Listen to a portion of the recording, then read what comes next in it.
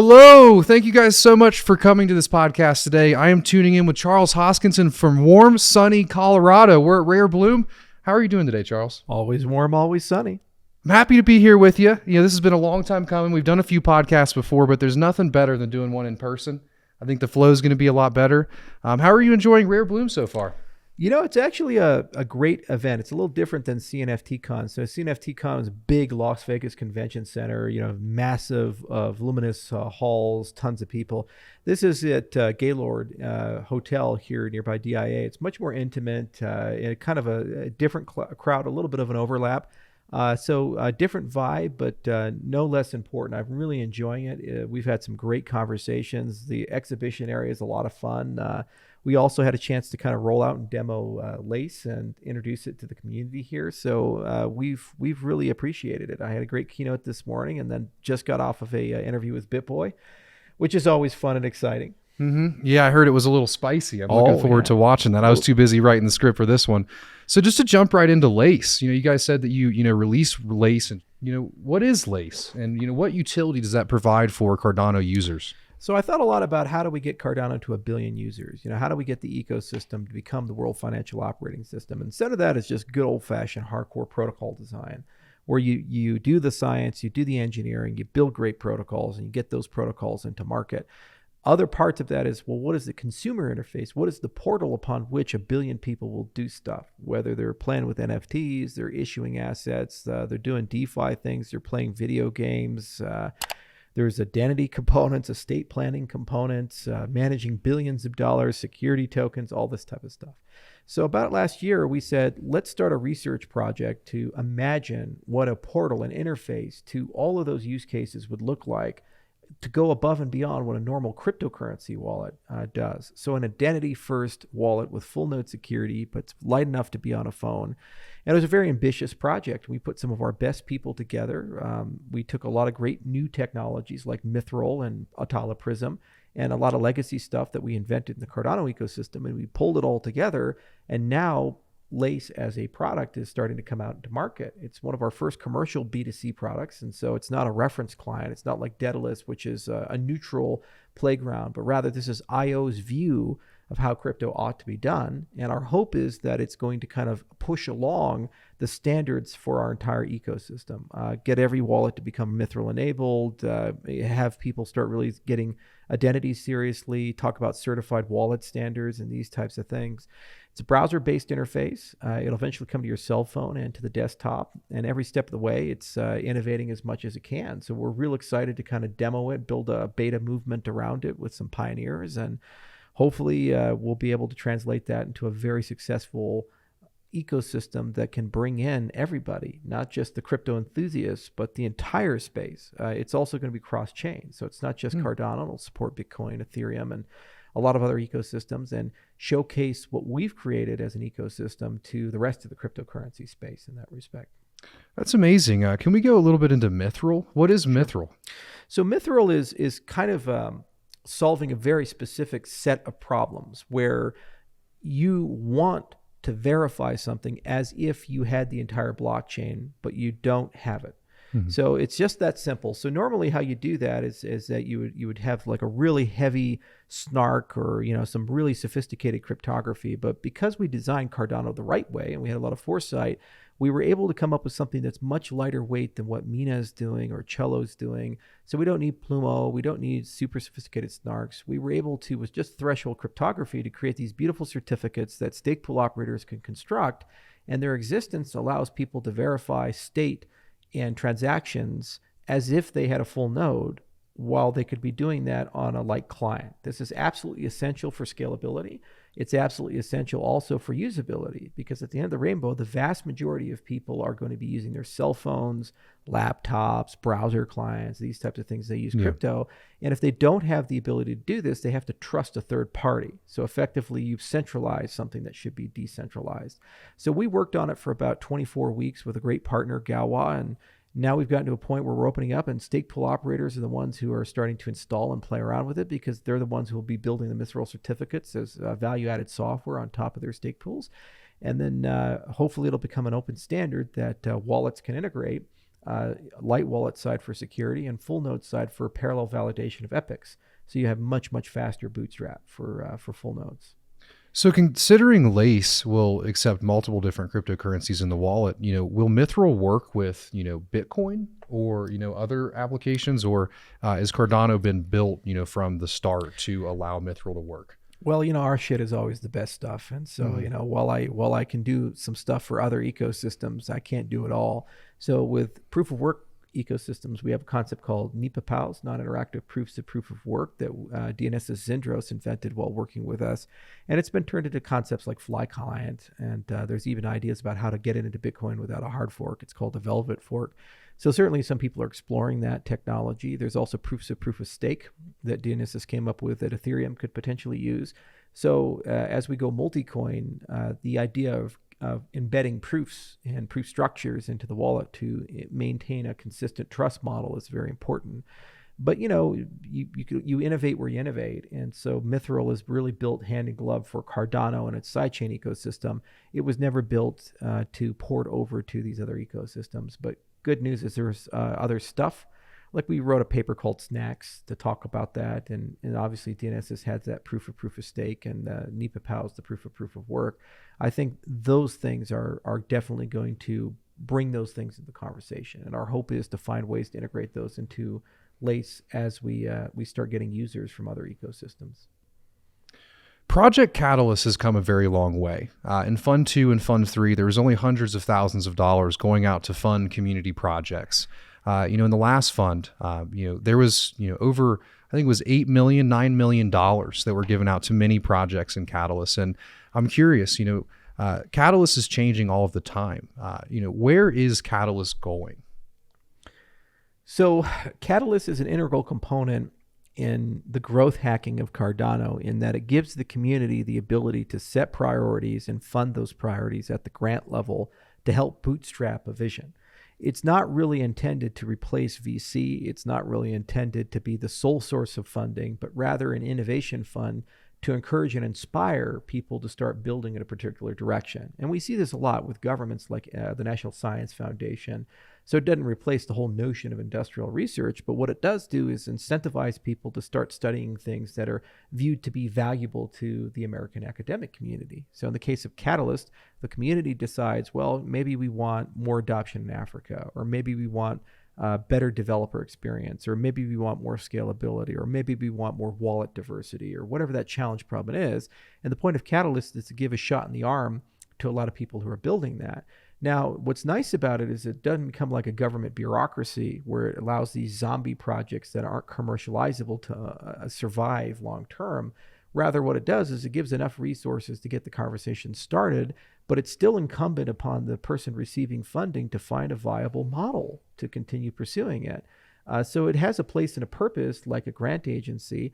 And what's cool about the Cardano Treasury is that's just one arm of the Cardano Treasury. The Age of Voltaire is about turning on all the tools of governance of Cardano, including diversity of Treasury. So there's different Treasury events like funding consortiums to do long arc development work for long arc roadmap. That's the next milestone I'd say, for our participation. But then there's also potentially infrastructure that we as an ecosystem decide needs to be funded long term, like the DB Syncs of the world or the exchange integrations and these things.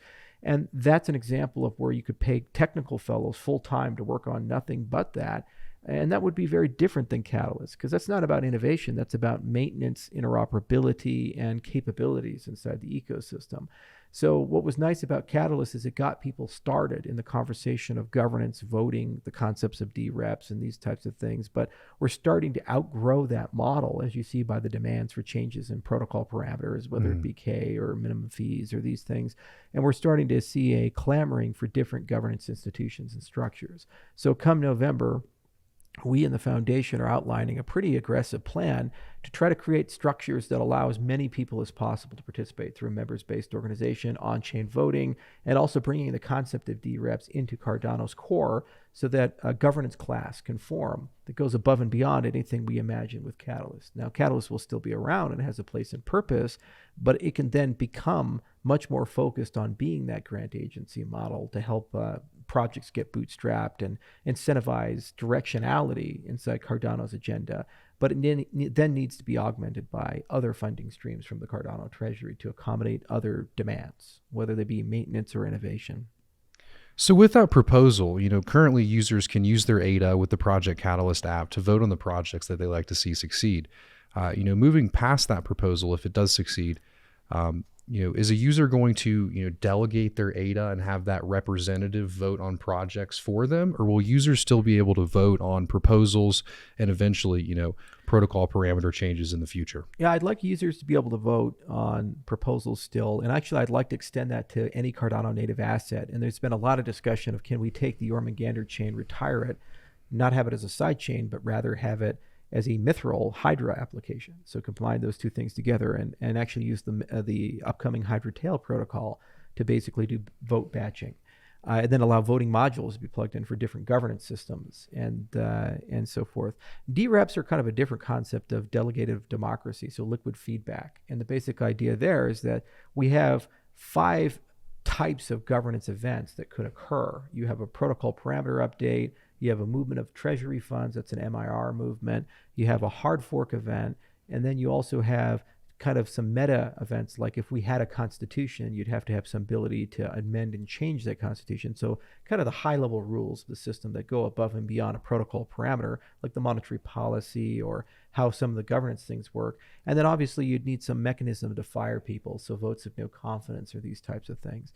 So we've thought a lot around those governance events, and through a SIP-driven process, what we're going to do in November is roll out a bunch of SIPs that cover each of those categories and kind of proposes a tricameral model that we think is going to have a lot of good impact and people can debate. Now, it's an entry point, meaning it's not a canon. It's basically an idea then for the community to spend 2023 debating and cogitating, and then we can have some focused, scoped workshops and bring people together, get it through the SIP process, and then go and implement those things. Voltaire cannot be implemented unilaterally. You can't go like Moses from the mountaintop, come down with 10 commandments and say, God has said this. This is really a system for the people, by the people, and it really does need that validation. So everything from a constitution for Cardano would need to be validated by the ADA holders to a governance system. And it needs to have enough flexibility that people can come and go. And if people aren't producing value to the ecosystem, they can be fired. And if people are, that merit is recognized and they get elevated in that respect. So we've thought about this for years, and we built a lot of the base infrastructure, and Catalyst gave us a view on everything from voter experience to voter applications to level of participation to the types of things that people tend to be good at making decisions on, the types of things that they really have difficulty making decisions on. And I think we've now converged to a point where we're ready as an ecosystem to go full on and build a proper blockchain government system. And if we do that and get it right, I think we'll actually be the strongest cryptocurrency in the world from that perspective. Yeah, I completely agree. I was actually speaking with Frederick Regard, the CEO of the Cardano Foundation last week, and we spoke a lot about parameter changes and where we are and where we're going. And he didn't state this explicitly, but it seemed that the Cardano Foundation has really taken on the role of thinking about the future parameter changes of K and A naught. Whereas previously, it was IOG's technical team, obviously with, community response. So I'm curious if that is, the direction of future parameter changes of, parameters like K and A naught. Is that the Cardano Foundation's role moving forward to think about those parameters? I think the community, in consultation with expert groups together, are going to have to figure that out. And I think that should be done by an on-chain democratic process instead of a council of elders who decide from above. IOG, what we've always done is said, look, our goal is to get to stability. It's not necessarily fairness. It's not necessarily the most optimal. It's a relative maxima that we can live with to allow the system to be stable. And then I don't think small stake pool operators are fully aware that some of the things that you'd like to solve with the augmentations of K potentially could be resolved by implementation of technology like Conclave for federated pools, so you can batch together and get rid of the multi-pool operators instead of just have networks of federated pools, and also partial delegation, where you delegate to a portfolio instead of an individual pool, because most people, they just have single wallets. So those two innovations alone, I think, actually solve a lot of the variance problems that we have, and it will mean that the pie gets split up a little bit more and revenue improves.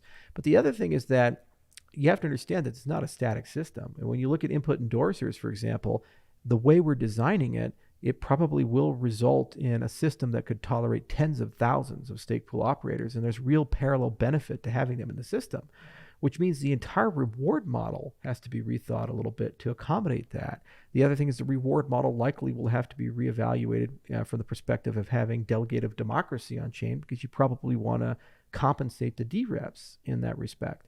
And also, you're going to have more revenue streams as a stake pool operator with the existence of side chains. If somebody launches a side chain, the way we want to build them, the tokenomics of those chains are the rewards that are paid. They're paid to ADA holders. So instead of just getting an ADA return, you also get the network of side chains that are there. So the economics of a stake pool operator are going to change very rapidly. And it's important that people are aware of those roadmap considerations and they take that into a factor. So what we did is we said, let's get the system to a stable state and then let's get a government launched. And once the government's launched, give people the tools and transparency that they need to start having real great conversations. Now, some of those are done through the SIP process, like SIP 50. And I forget the SIP for the Curb Benefit Pledge. That was another SIP that was community driven. And then some of those are done through papers and some of those are done through committees. I believe the best place for this to be discussed is a members-based organization. So basically form an organization. Everybody's free to join it. There's committees on that organization. It's merit-based. You do work, you get status. And then basically through that process, people can discuss a lot of these things and then ultimately let the community decide through some sort of voting process how to allocate and tune things, whether it be minimum fees or K or other of the system parameters. And if they really don't like something, give them the ability to hard fork as well. Now, the role of the foundation then can be an organization that has some objectivity and neutrality, and they can score things, almost like a government accountability office or an auditor like the Congressional Budget Office or these types of things. And they can basically come in and say, well, if you go with X, here are the consequences. If you go with Y, here are the consequences. And they have objectivity because they don't commercially benefit one way or the other in that respect. Having them unilaterally decide, the problem there is that they're going to have to build a brain trust and B, legitimacy. And the issue is it's not a members-based organization. The council is unelected, and unless they make structural changes to the Stiftung, they will not have community participation. And it's not clear how that would be done in the current model that they have. So substance follows form, and so you need a members-based organization that is dynamic, community-driven, and has elections in order for it to have legitimacy with something as serious and significant as the system parameters, the treasury system, hard forks, the roadmap of Cardano, and so forth. But that doesn't mean you get rid of expert organizations. IO is still around. The foundation is still around. You need a brain trust of engineers and scientists. That's what we do really well. Mm-hmm. And you need a brain trust of objective parties that are not beholden to financial interests and so forth, and they work for the community, and that's what the foundation does very well. And I think those augmenting the decision-making process will help that process along and get it where it needs to go. If you're curious about some reading, there's a great book called Demopolis, which kind of covers this and talks about this idea of direct democracy augmented by institutional support as an idealized form of government. And I think we're converging to that in the age of Voltaire. And I hope that survives the SIP process and we get that done in 2023. Yeah, so the Cardano Foundation's role has been evolving. They're actually hiring a technical team. And I'm curious, from your perspective, what is the Cardano Foundation's role with the Cardano community and also the protocol itself? It's not, if it was my decision what for them to do, I'd do things differently. But the point of checks and balances and separations of powers is it's not my decision. I don't have that role. And it's not my job to tell the Cardano Foundation what to do or what not to do. It's my job just to say, what does the ecosystem need, in my view, as an independent participant like you are. And every day on your show, you tell people what you think. And every day I tell people what to think on my MA. But our voices are equal in that respect.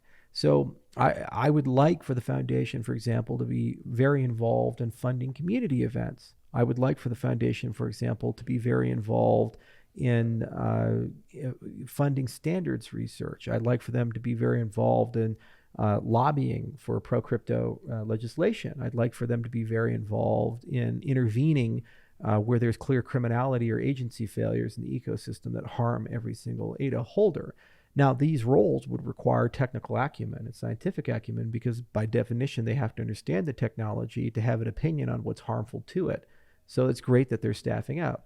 It's a little harder to justify saying, well, why don't we make them a software company?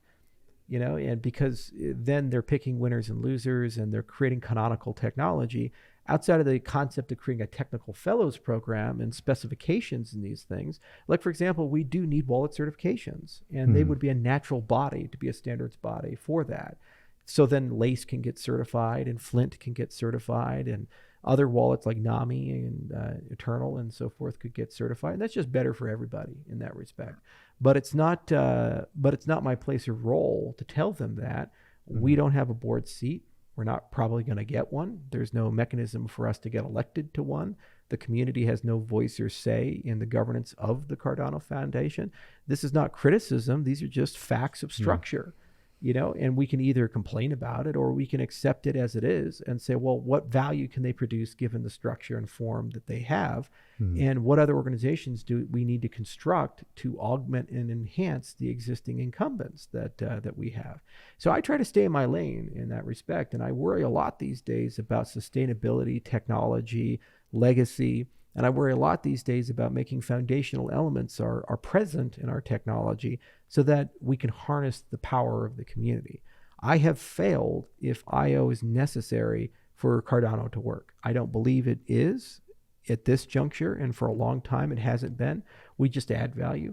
And so every day I wake up and I say, are the things we do making the ecosystem more decentralized or less? Every day I wake up, are the things we do growing leaders and giving them the power they need to do things or less? Even the C Fund, where we started investing in things, what that did is it gave resources to dozens of dApps and gave them the ability to exist.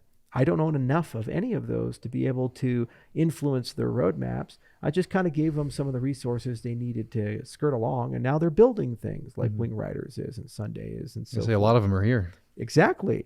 And I didn't make the decision for them to be here. I didn't call them up and say, oh, you got to come to Rare Bloom or anything. No. Yeah, that was me. Yeah, that was your job, And so I just showed up and they just showed up, and it's better for the community because of that. Do you think that the Cardano Foundation, you mentioned that, if Cardano relies on IOG, that's a bad thing. Does Cardano rely on the Cardano Foundation for its success? No, because there's been multiple scandals there throughout its life cycle, and had it relied upon them, we'd already be dead. I think the greatest sign of decentralization was the whole Michael Parsons affair and so forth, because what it did is it showed that Cardano didn't need its foundation any more so than Bitcoin needed its foundation. You have to think about these things in a positive, constructive way instead of a destructive way. A destructive way is saying, well, if they're not here, would we all die? A constructive way is saying their presence makes it more valuable. Yeah. It makes the system better. It gives you new capabilities and new relationships. What they do best, I think, is acting as an objective, neutral party that has the ability to go talk to other blockchain ecosystems, regulators, exchanges, banks, have them go and talk to Fortune 500 companies, have them go and talk to standards bodies, these types of things, and represent as a voice some objectivity and credibility about what Cardano is and what Cardano isn't.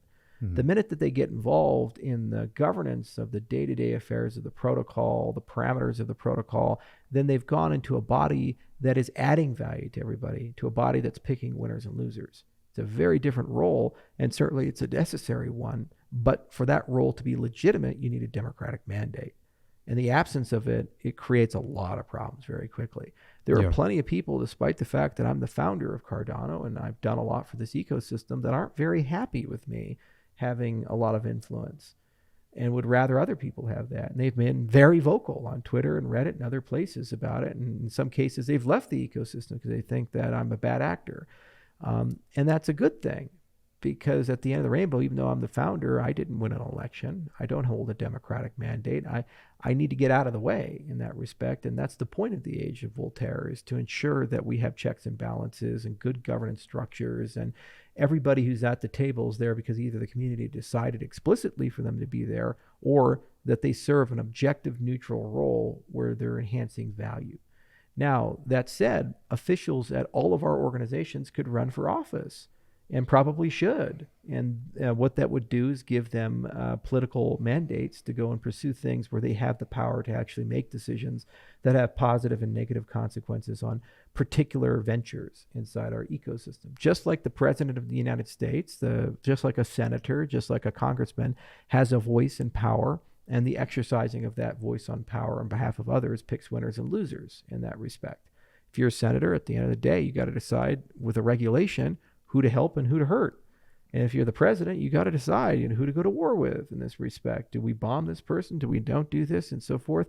Who are they to make that decision? Well, they are the ones we chose. We gave them that power in that respect. They didn't just show up and, go through the White House gates and say, okay, I guess I'm president now. We have a term for that. It's called a dictatorship. It's called a coup. It's what totalitarians do. So if we are to learn from what humanity has gained over the last 2 centuries, it's very important that we build something that is inclusive and democratic at its core. And that's one of the key differentiators between Ethereum and Bitcoin and Cardano. We're very explicit as an ecosystem, and we're moving in that direction, whereas they're implicit, and they seem to be more than comfortable having these unelected power domains that have perpetual influence for long arcs of time over their ecosystem. And the ownership of those ecosystems, namely holding Ether and Bitcoin, gives you no say in any of that. Whereas the holding of ADA does give you a say. Just like being a citizen of China gives you no say over Xi, whereas being a citizen of the United States gives you some say over your senator, congressman, and the president. Well, thank you for clearing that for me. As this ecosystem evolves, I'm trying to. By the way, that's learn. one man's opinion. Yeah, of course. Anyway, sorry. No worries. As the ecosystem evolves, I'm really trying to see how the roles of these entities evolve, especially as more, come up, moving forward. So a little bit more lighthearted, what is Crypto Bison? And do you have any more updates for us on Crypto Bison? So I was at CNFTCon and, Cardano NFTCon. And what was great about that experience is we got to see how big the NFT community Cardano has become. Over 140 exhibitors, 3,000 people registered. And wow. A lot of them were just so excited about this idea of unification. So they're tribes, and they're friendly tribes, but they have their own thing. So Ape Society is wildly different than Clay Nation, wildly different than any of the others inside the NFT space. And that's a good thing. So what we wanted to do was create a project that would kind of be a connecting tissue to bring a lot of people together and create some standards and also talk around some cool new concepts. Like, for example, we'd love this idea of a progressive NFT where the use of the NFT in something like a game levels it up, grows the NFT, and all of the things you've done kind of stick with it. So you kind of think of like you play Diablo and your character gets to level 99 and you have all this cool gear. That's obviously very different than a level 1 character, and it reflects the experiences you've had, the time you've had, and so forth. So if you have gameplay mechanics where an NFT can carry that, and then that can be portable, meaning you take your character and move it into a metaverse like Cornucopias or Cardano Warriors or something like that, and then it actually can be reflected and people in an open ecosystem can build around it, then you start talking about NFTs that live in multiple communities, multiple ecosystems, and it gives incentives for people to share and trade with each other for mutual benefit. Second, we were very keen to build an experience where you could explicitly bind intellectual property to an NFT. So with Crypto Bison, you make music. You buy an NFT to have a bison to make music with that bison. Well, as you make the music, that music is intellectual property that you should own. So what we do is we bind that to an NFT. So now you have a legal concept, a wrapper on how to bind IP to an NFT, which is a big thing that every musician we talk to cares about. It's a big thing that artists care about in general, because it's not clear when you buy an NFT, what exactly are you buying? People say, I have this NFT and it's of this picture. Well, do I own the intellectual property of that picture? Or is it like a not always? Yeah. Usually not, right? Well, let's make it explicit and make it an open standard. And that becomes something everybody in the Cardano NFT space can use as an open standard in their own projects. And it solves a lot of the legal uncertainty. The other thing is I really love the idea of PvP and doing PvP in a way where there's real sacrifice, real loss if you lose. So I was a fan of Diablo 2, and when you die in hardcore mode, you lose your character. Mm-hmm. It's gone. So wouldn't it be cool that if you're doing PvP, like a battle of the bands, the losing band loses the intellectual property of its music that gets burned. Yeah, or it goes to the other player. Oh, yeah. You see, so now it's like, this is like high stakes, man. It's like if you lose, you don't just lose, you lose your song. It's like it's like Prince losing his stuff. He's like the artist formerly known as Prince. So it's really cool, fun concept to play around with, and it's being developed by a subsidiary called SeaWorld. They do a lot of the NFT stuff, and what they're right now doing is working with a lot of the NFT vendors in the space to say, how do we pull everybody together and talk about these standards, these metaverse plays, these progressive NFTs, the IP binding, and ultimately, how do we build a great PvP experience that makes sense for everybody? So it's been a project we've been working on for about a year, and hopefully SeaWorld will be able to get some stuff out soon. And my hope is that it just continues to help push along and evolve the NFT space in Cardano. Every time we do something, we don't just do something to make a product and make some money. We also think of it as a steward from the perspective of, will the existence of this thing make the entire industry better, or at the very least Cardano better? So when you look at Crypto Bison, if it's successful, it's going to introduce a lot of new concepts that are very necessary concepts for the NFT space as a whole to better integrate into the legacy space, and for NFT merchants to be a bit more legitimate and a bit more lawful. Yeah. So I'm curious on, your thoughts on, we're jumping back to Catalyst a little bit. Catalyst was always an experiment, from the beginning.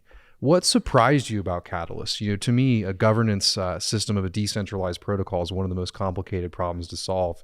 So is there anything that happened with the way users acted, or, certain proposals that were funded that surprised you about Catalyst? And is there a solution for that?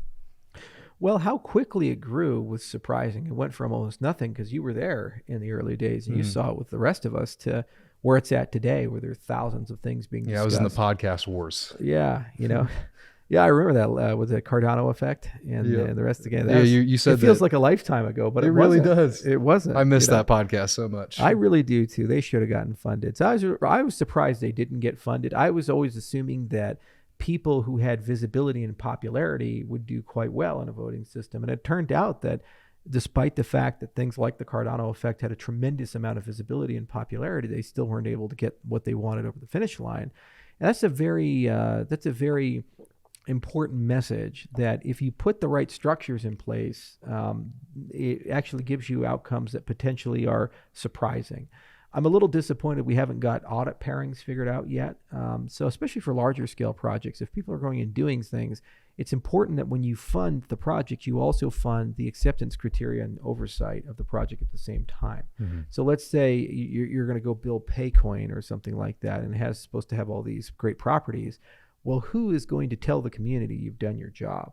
You need some other party to do that. Usually a grant agency accesses that. The problem is that Cardano is brain dead. It's a a cryptocurrency. It doesn't have sentience. It's not an artificial intelligence. Maybe Ben will figure that out, but until Singularity gets to the next level, we're gonna have to live with the fact that these are stupid systems. So he told me 2 years. So yeah, he's been telling me that for a while too. And I said, well, if you don't get there, can I get your hat? So anyway, when you look at this stuff, you say, okay, well, you need to have somebody who has human judgment to act on behalf of the Cardano community to do those acceptance criteria. So audit pairing, I think, is real important, especially for high complexity stuff.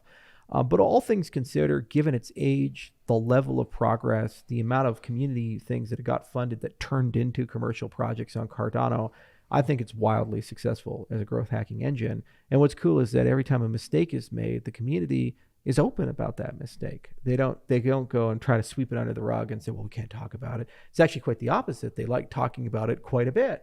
Even things that they have an opinion are a mistake. Like, I'm not taking a position on it, but Daedalus Turbo is an example of that, where at least some of the community feel that this was a unnecessary expenditure and way too much given what was being proposed, and the person proposing it didn't have the reputation necessary to do it. But whether that's true or not, you have to take a step back and say the fact that that conversation exists is a very healthy thing. So that self-correcting, that constant vigilance, that constant litigation of decisions that were made by the system is how a system improves itself. It's called CQI, continuous quality improvement. And so I'm very glad that Catalyst is exhibiting that. There's no central authority. It's no bureau of quality that wakes up every day and does that. It's actually a very bottom-up process in that respect. And the design was always to fund a bunch of different projects Yeah. at the same time. And then with Pareto's principle, the 20%, or you're going to do value there. And, hopefully people hearing about Daedalus Turbo is going to make them pay more attention and, actually look through these proposals. So yeah, it was definitely, in my opinion, a good mistake to make, but a little expensive of one. Well, it's not necessarily a mistake either. The cool part about it is that the future is unwritten. And even if the initial proposal isn't where it needs to be, there's no reason the community can't come together and work with that proposal, massage it, and get it done. For example, our view on it, because it took me by surprise, was that, well, if you want to make Daedalus sync really quickly, then let's try to find a way to accelerate the integration of Mithril into Daedalus. Because the way Mithril is designed is it's going to make full nodes sync at the speed of their cores. So if you have 18 cores, you can do 18 epochs in parallel. And so suddenly it's 18 times faster. Yeah. Wow, that's incredible. He said 10x. It could be a lot more. So that's great, but maybe there's a convergence of our roadmap and his roadmap, and we can see, or maybe there's another community idea to do this. But what's great is post-funding, that conversation's continuing, and then we could potentially turn something that could be bad to something actually ends up succeeding beyond the expectations of the community. That's the cool part of Catalyst as the conversation starter, is that nothing is left finished. It's always just the next iteration and so forth. And I can entirely envision that these things can get in the right direction if they need to be.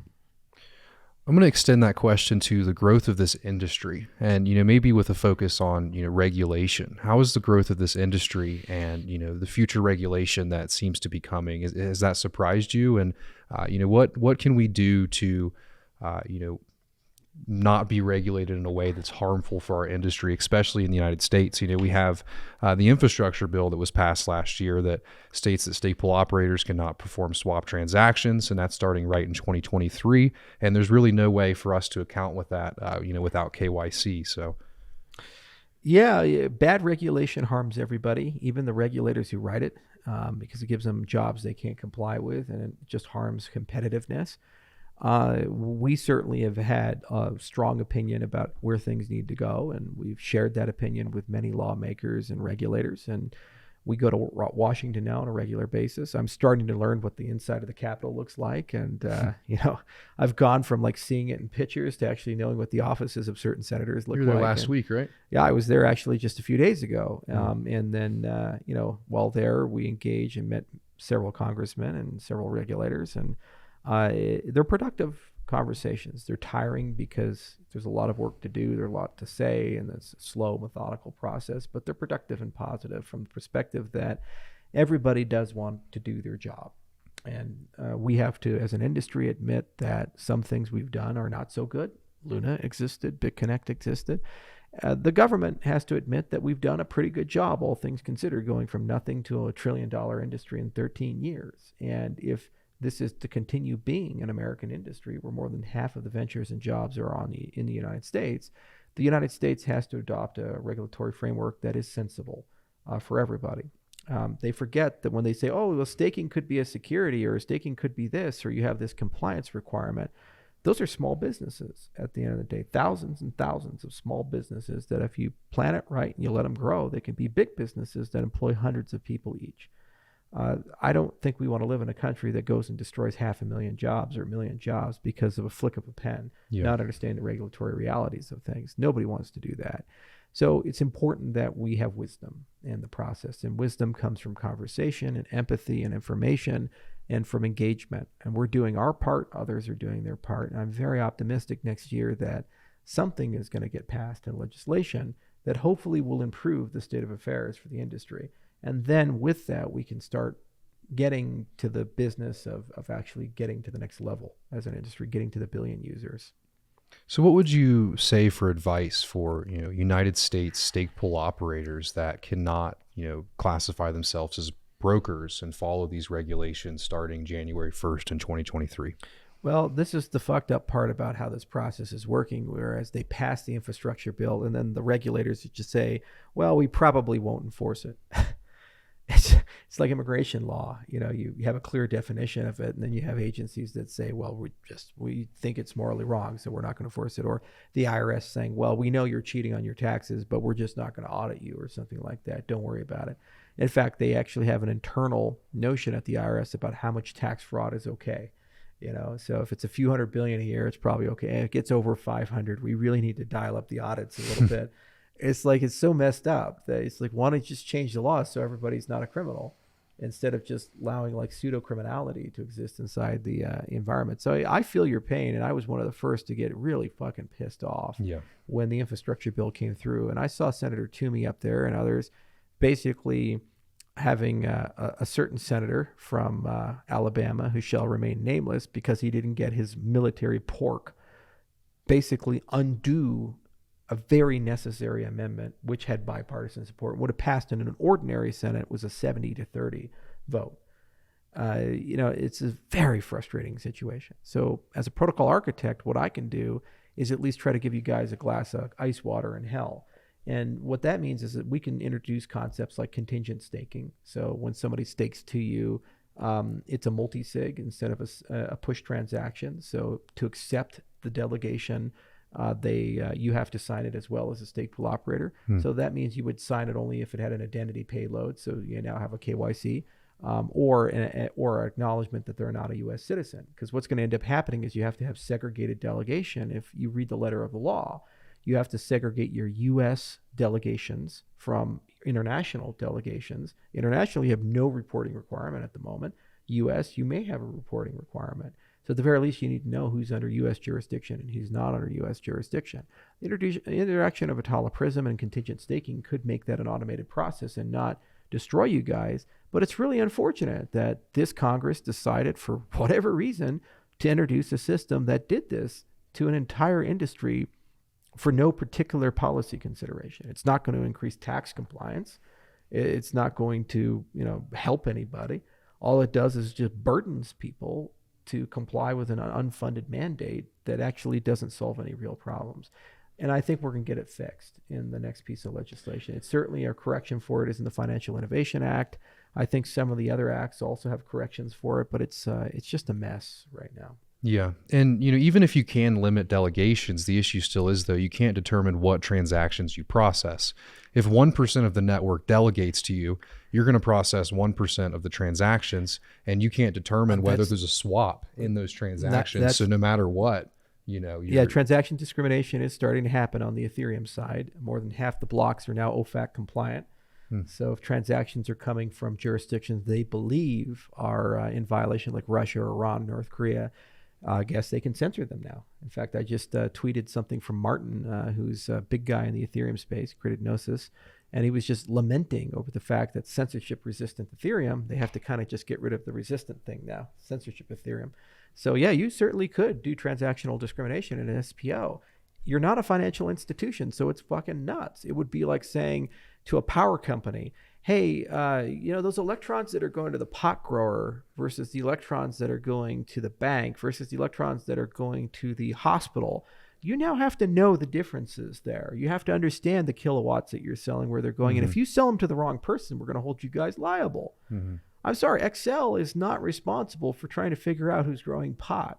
Yeah. It's just nuts. Yeah, you need some pattern recognition software. Yeah. So SPOs can't possibly become the banker, the regulator, file a suspicious activity report or any of these types of things. You're just going to have to figure it out through another means. And it's insulting to think that they have that burden of reliability. They're not banks. They're not RAs. They're not registered financial intermediaries. It's nuts to put that on them. They're transaction processors in that respect, and they should not be treated any differently than the power company in that respect. Yeah. Well, I know you got to meet with Champ next up, so I wanted to say thank you for coming to the event and supporting the event. You're doing multiple podcasts. You're doing this one right now and multiple keynotes. So thank you so much. And thank you all to everyone that watched this. If you guys enjoyed it, make sure you comment Charles down below to let us know you made it till the end. And I hope you have a good rest of your time here. Thank you so much. Cheers. Cheers.